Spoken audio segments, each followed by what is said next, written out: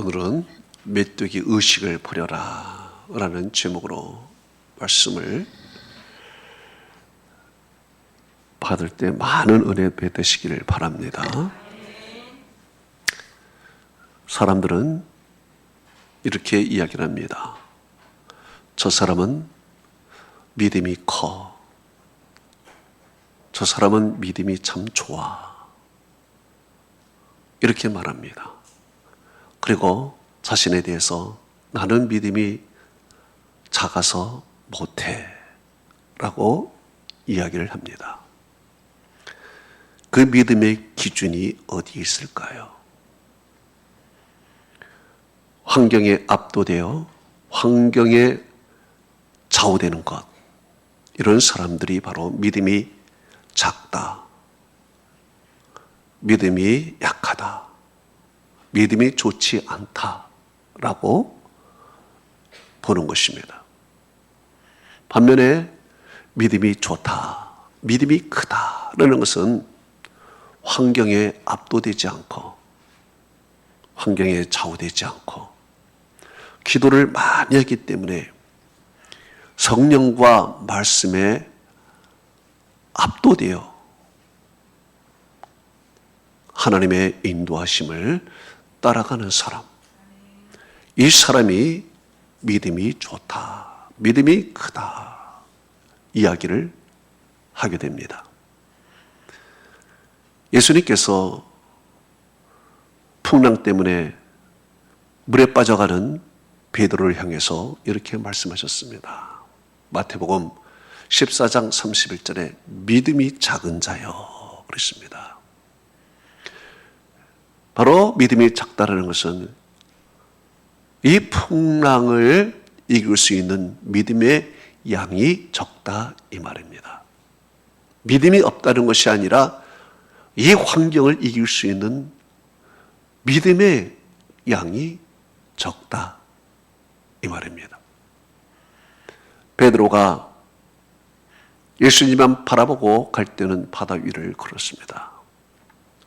그러나 풍랑이 더 세지자 그만 그 풍랑을 바라보게 되고요. 그 풍랑에 압도되고 중압감을 느끼면서 그 풍랑에 좌우가 됩니다. 그리고 물에 빠지는 것입니다. 오늘 본문에 이스라엘의 12 정탐꾼들이 가나안 땅을 정탐해서 돌아와서 이제 이스라엘 회중 앞에 보고를 하게 되는데 그 보고의 내용은 사실화를 진술하고 있습니다. 실제적인 그들이 본 것에 대해서. 그래서 그들은 이렇게 말하고 있습니다. 민수기서 13장 27절에 과연 젖과 꿀이 흐르는데 이것은 그 땅의 과일이니이다 그랬습니다. 그들은 가나안 땅에서 과일들을 가지고 오면서 이 과일을 보여주면서 그곳은 젖과 꿀이 흐르는 비옥한 땅입니다. 좋은 땅입니다. 이렇게 이야기를 합니다. 그러나 그것은요, 그림의 떡이라는 이야기입니다. 그 이유가 바로 18절에 나옵니다. 그러나 그 땅 거주민은 강하고 성읍은 견고하고 힘이 클 뿐만 아니라 거기서 안악 자손을 보았으니 그랬습니다. 예. 여기서 우리가 중요한 것은 보았다라는 단어입니다. 보았다. 예. 그들은 무엇을 보았을까요? 무엇을? 예. 그 거주민이 큰 것을 봤다는 거예요. 큰 것을 봤어요. 성읍, 힘이 큰 것을 보았어요. 이렇게 보인 것은 다 큰 거예요. 사람도 크고 그 성읍도 크고 이렇게 크다. 굉장히 크다. 큰 것을 보고 중압감을 갖고 압도된 것이죠. 그러면서 그들은 당연히 따라오는 생각이 뭡니까? 저들은 강해. 저들은 세. 이 생각이 그들에게 꽉 차오는 것입니다. 12 정탐꾼들이 가서 그들과 싸워서 그들이 강하다, 세다 확인한 것이 아닙니다. 그 성읍을 쳐서 그 성읍이 굉장히 견고하다 확인한 것도 아닙니다. 단지 본 것 같고 사람이 크다, 강하구나. 성읍이 크다, 견고하구나. 자, 이렇게 보는 것을 갖고서 그들은 자연적으로 강하다, 견고하다. 이 생각이 꽉 들어오게 된 것입니다. 그 결과 그들은 이런 결론을 내린 것입니다. 민수기서 13장 31절에 우리는 능히 올라가서 그 백성을 치지 못하리라. 그들은 우리보다 강하니라 그랬습니다. 예, 이게 그들의 결론입니다. 우리는 올라갈 수도 없다. 그들과 상대가 안 된다. 그 백성은 우리보다 강하다. 이런 결론을 그들이 갖게 되는 것입니다.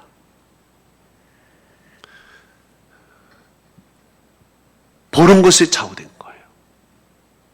거기에 들어가서 그 환경에 압도돼 버린 거예요. 분위기의 중압감을 확 느껴버린 거예요. 그러면서 우리는 올라갈 수도 없어. 싸울 수도 없어. 상대가 안 돼. 이런 결론을 내린 거예요. 또 거기 위에다가 이 생각을 갖고 있으니까 그들은 부풀려서 얘기를 하는 거예요. 실제보다 더 부풀려서 얘기를 해요. 민수기서 13장 32절에서 33절은 이렇게 말합니다. 우리가 두루다니며 정탐한 땅은 그 거주민을 삼키는 땅이요.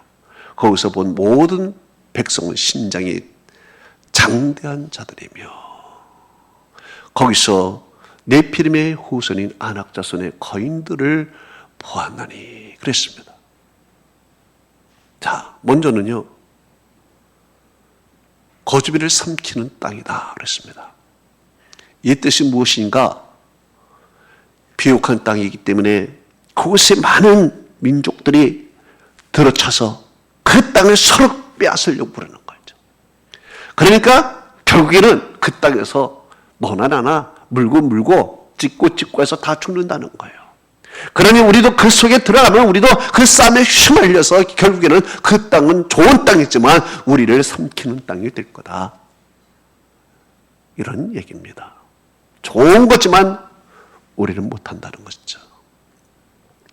두 번째로는 모든 백성이 신장이 장대한 자들이며 그랬습니다. 모든 백성이라고 그랬어요. 사실은요. 아낙 자손 일부만 신장이 크고 거인이지 나머지 다 그렇지가 않습니다. 그죠? 다 그 정도인데 일부를 큰 것을 보고 모든 백성의 신장이 장대한 자들이다 그래요. 일부를 보고 전체가 그렇다는 얘기예요. 부풀려올 얘기라는 거예요. 또 세 번째로는 네피림의 후손인 아낙 자손의 거인들을 보았다 그랬습니다. 네피림은 창세기 6장 4절에 나오는데 사실은 그 네피림 족속은 용사고 강하지만은 노아 홍수 때 다 죽어버렸습니다. 그래서 노아 홍수 때 죽었기 때문에 네피림의 후손은 없어요. 그런데 그들은 네피림의 후손인 안악자손의 거인들을 보았다 이야기를 하는 거예요. 결론적으로 그들은 가나안 땅에 들어가서 그 분위기, 그 본 것의 중압감을 막 느끼는 거예요. 압도되는 거예요. 꼼짝 못하는 거예요. 저들이 본 것은 모든 것이 다 커 보여.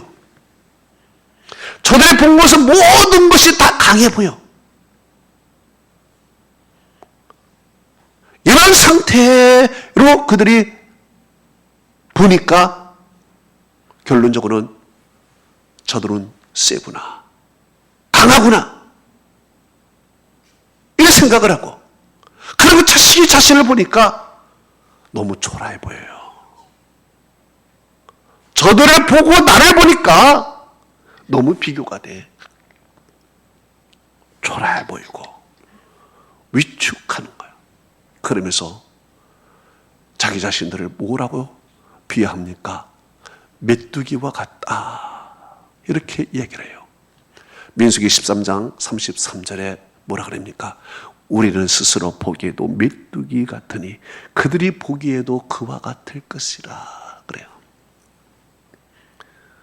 여러분,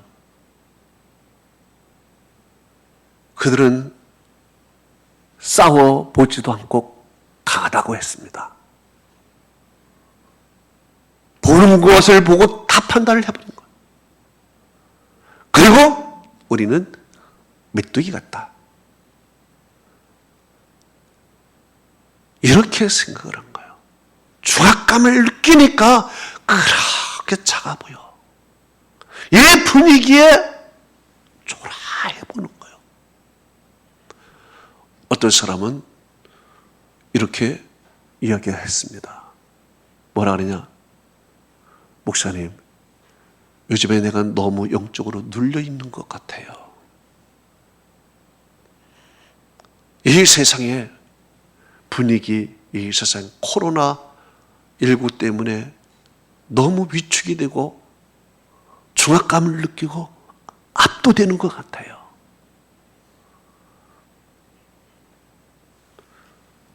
내가 너무 초라해 보여요. 너무 작아 보여요. 너무 힘들어해요.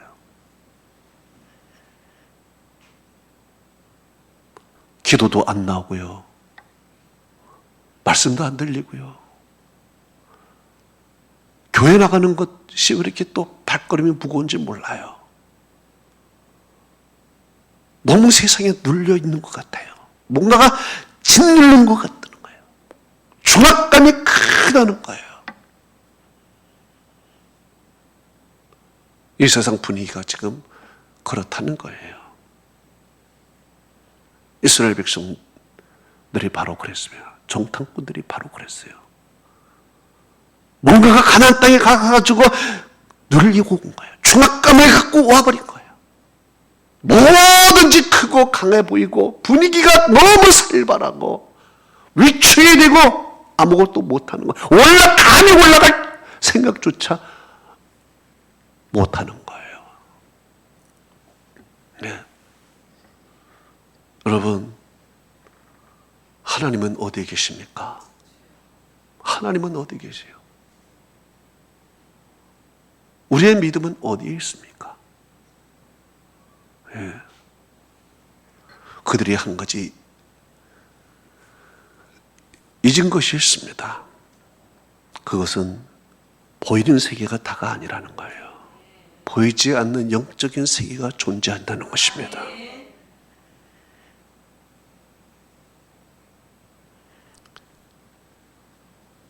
바로 보이는 세상만 보면은요, 그런 중압감과 위압감 때문에 눌리는 거예요. 못한다는 거예요. 기도도 안 나오고 믿음의 능력도 안 나오고 자신의 초라하고 하나님도 안 보이고 이렇게 된다는 거예요. 그러나 영적인 세계가 있다는 것을 알아야 돼요.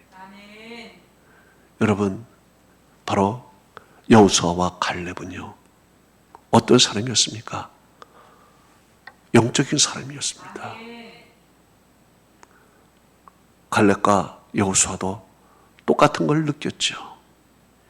그들도 같은 마음이었겠죠. 보이는 게 다 똑같으니까. 그러나 갈렙과 여호수아는요, 영적인 세계를 보았습니다. 그리고 영적인 세계관을 갖고서 그들을 바라보았습니다.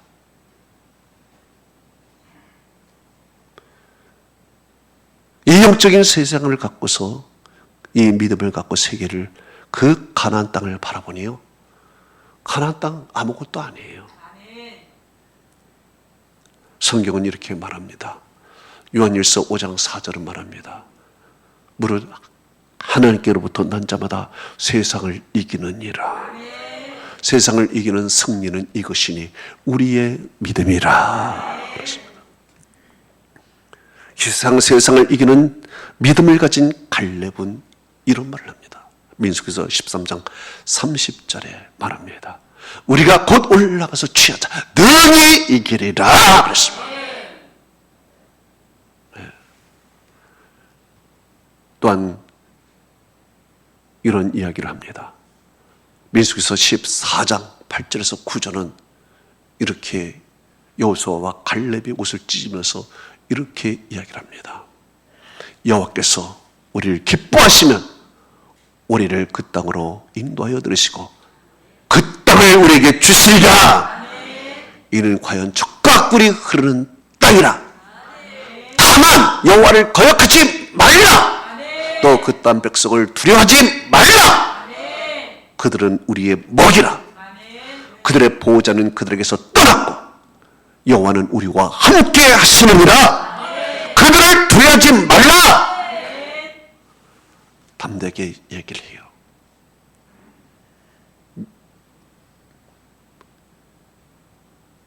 믿음을 갖고 있는 여호수아는요, 저들이 비록 크게 보입니다. 성읍도 큽니다. 모든 사람이 느끼는 것처럼 중압감을 느낄 정도입니다. 그러나 그는 그 분위기에 중압감을 느끼지 않았어요. 압도되지도 않았어요. 두려워하지도 않았어요. 보이는 것에 좌우되지 않았어요. 영적 세계로 그들을 본 거예요. 믿음의 세계에서 그들을 본 거예요. 그랬더니 그들은 아무것도 아니에요. 그러면서 그가 그랬잖아요. 능히 이기리라 그랬잖아요. 이 말이 뭐예요? 이길 것 같다가 아니에요. 반드시 이긴다. 100% 이긴다. 확률이 있다 이 말이에요. 네? 그 이유는 그들의 보호자는 그들에게서 떠났다는 거예요. 하나님이 우리와 함께 하신다는 거예요. 이유는 그거 하나야.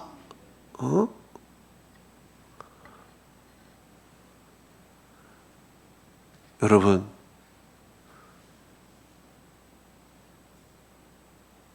그들은요, 영적인 거인입니다. 영적인 거인이에요. 신장으로 따지면 저들이 거인이지만 영적으로 따지면 갈렙이 거인입니다. 믿음의 거인이에요. 여러분들도 믿음의 거인입니다. 여러분들도 세상을 다스리고 정복하는 것입니다. 하나님께서는 늘 말씀하시기를 두려워하지 말라, 놀라지 말라. 내가 너와 함께함이라. 내가 너를 도와주리라 그랬습니다. 네?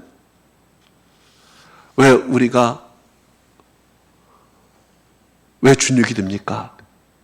왜 메뚜기 의식을 갖고 있습니까? 네?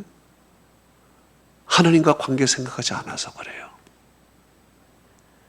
그러니까 나는 메뚜기 의식을 갖는 거예요. 메뚜기 의식은 불신앙입니다. 메뚜기 의식은요, 무능력입니다. 메뚜기 의식을 버려야 됩니다. 메뚜기 의식은 우리를 포기하게 만들어요. 중압감을 갖게 만들어요. 주저앉게 만들어요. 자신 없게 만들어요. 이 세상 앞에서 왜 믿는 자들이 메뚜기 의식을 갖습니까? 그렇게도 하나님께서 함께한다고 도와준다고 말씀을 했는데 왜 메뚜기 의식을 갖습니까? 이스라엘 백성들의 메뚜기 의식 때문에 가나안 땅에서 다 죽어요. 그런데 영적 거인인 갈렙과 여호수아는 들어가서 이 산지까지 다 정복해버려요. 믿음이 이기네. 믿음이 이기네. 예? 여러분, 다윗과 골리앗을 보십시오. 다윗과 골리앗. 골리앗은 거인 아니겠습니까?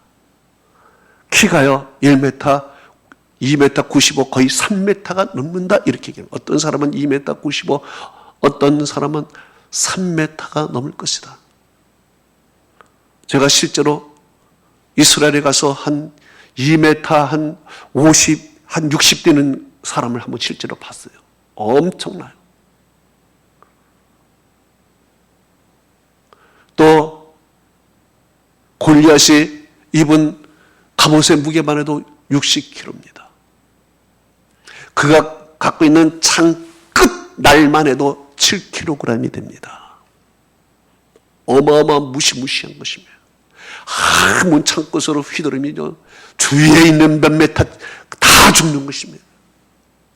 이 골리앗이 이런 중무장을 하고 앞에 방패부대를 딱 갖다 놓고 그 거인이 호령을 하니까 살이 쫑쫑 울리고, 그러니까 이스라엘 백성들이 아예 겁을 먹어버릴 거예요.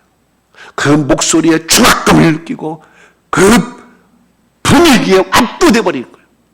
싸워보지도 않고 다 도망가는 거예요. 사무엘상 17장 24절은 말합니다. 이스라엘 모든 사람이 그 사람을 보고 심히 두려워하여 그 앞에서 도망하여 그랬습니다. 골리앗을 보고 심히 두려워하여 다 도망가요. 중압감을 끄고 싸워보지도 못하는 거예요. 그때 아버지의 심부름으로 다윗이 전쟁터에 왔어요. 아버지가 형들의 안부를 좀 물어보라. 그래서 다윗이 목동옷을 입고 왔습니다. 와서 보니까 이스라엘 군인들이 폐장병같이 기가 다 죽고 압도되어서 싸울 생각을 못하고 있는 거예요. 참으로 비참한 환경이었습니다. 이때 다윗이 여기서 불같은 마음이 일어나기 시작했습니다. 믿음이 일어나기 시작했습니다. 사울 앞에 가서 이야기를 합니다. 사무엘상 17장 32절에 얘기합니다. 그로 말미암아 낙담하지 말 것이라 주의 종이 가서 저 블레셋 사람과 싸우리다 이야기합니다. 낙담하지 말라. 그랬더니 사울왕이 안 된다. 너는 안 돼. 저 골리앗은 어릴 때부터 용사야. 싸움꾼이야. 너는 안 돼. 갈 수가 없어. 그랬더니 다윗이 그 말을 듣고서 이런 말을 합니다. 사무엘상 17장 36절에 주의 종이 사자와 곰도 쳤은즉 살아계신 하나님의 군대를 모욕한 이 할례받지 않는 블레셋 사람들이야. 그가 그 짐승과 하나같이 되리이다 그랬습니다. 다윗이 보기에는요 골리앗 아무것도 아니에요. 자기는요 거의 오히려 자기가 큰 고인으로 보고 저 골리앗은 하나의 짐승같이 보이는 거예요. 하도 이렇게 자신만만하니까 사울이 그래 알았다. 그럼 가라 하면서 자기의 군복을 내줍니다. 군복을 입고 한번 걸어보다가 아유 이거 귀찮아 벗어버리고 시냇가에 가서 매끄러운 돌 5개를 집어서 주머니에 집어넣습니다. 그리고 이제 손에는 물매를 갖고서 골리앗 앞으로 가는 것입니다. 골리앗이 그 모습을 보고 껄껄껄껄대고 업신여기는 것입니다. 그 이유가 무엇입니까? 사무엘상 17장 42절에 이렇게 기록이 되어 있습니다. 그는 젊고 붉고 용모가 아름다움이라 그래요. 다윗은요, 남자같이 생기질 않았습니다. 키도 크지 않습니다. 여자같이 용모가 아름답고 붉고 그랬습니다. 정말 가소롭게 짝이 없는 그런 모습이었습니다. 그런데요, 껄껄껄껄 대고 웃는 그 골리앗 앞에 가가지고 그는 한마디 큰 소리를 지릅니다. 사무엘상 17장 47절에 이럽니다. 여호와의 구원하심이 칼과 창에 있지 아니함을 이 무리에게 알게 하리라. 천쟁은 여호와께 속한 것인즉 그가 너희를 우리 손에 넘기시리니 그랬습니다. 대단하죠. 이렇게 선포를 하고 골리앗을 향하여 막 달려갑니다. 막 달려가면서 주머니에 손을 넣고 돌을 하나 꺼내서 물매에 장착을 하고 돌려서 그에게 던집니다. 성경은 이렇게 기록이 되어 있습니다.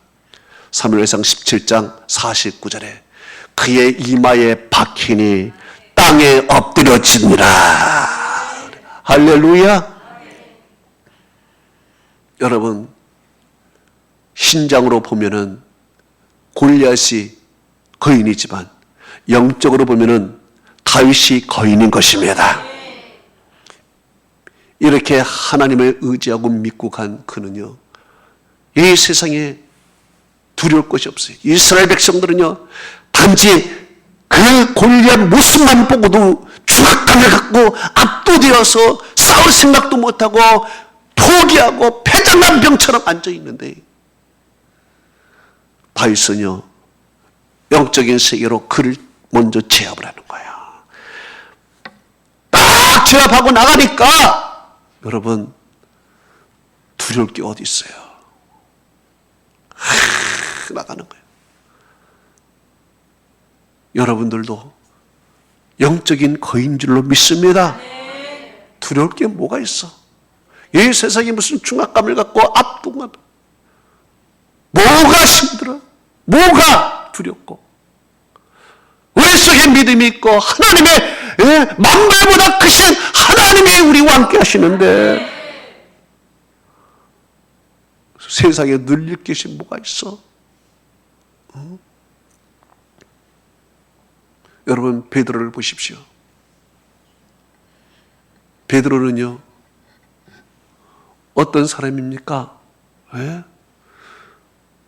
베드로는요, 참으로 메뚜기와 같은 사람이 되어버렸어요. 하루아침에 그렇게 나락으로 떨어지는지 몰라요. 한 여자 앞에서도 그렇게 비참한 메뚜기와 같이 되어버렸어. 누가복음 22장 56절 58절은 이렇게 기록이 됩니다. 한 여종이 베드로의 불빛을 향하여 앉아 있는 것을 보고 주목하여 이르되 그도 그 사람과 함께 있었도다 하니 베드로가 부인하며 이르되 이 여자여 나는 그를 알지 못하는도다.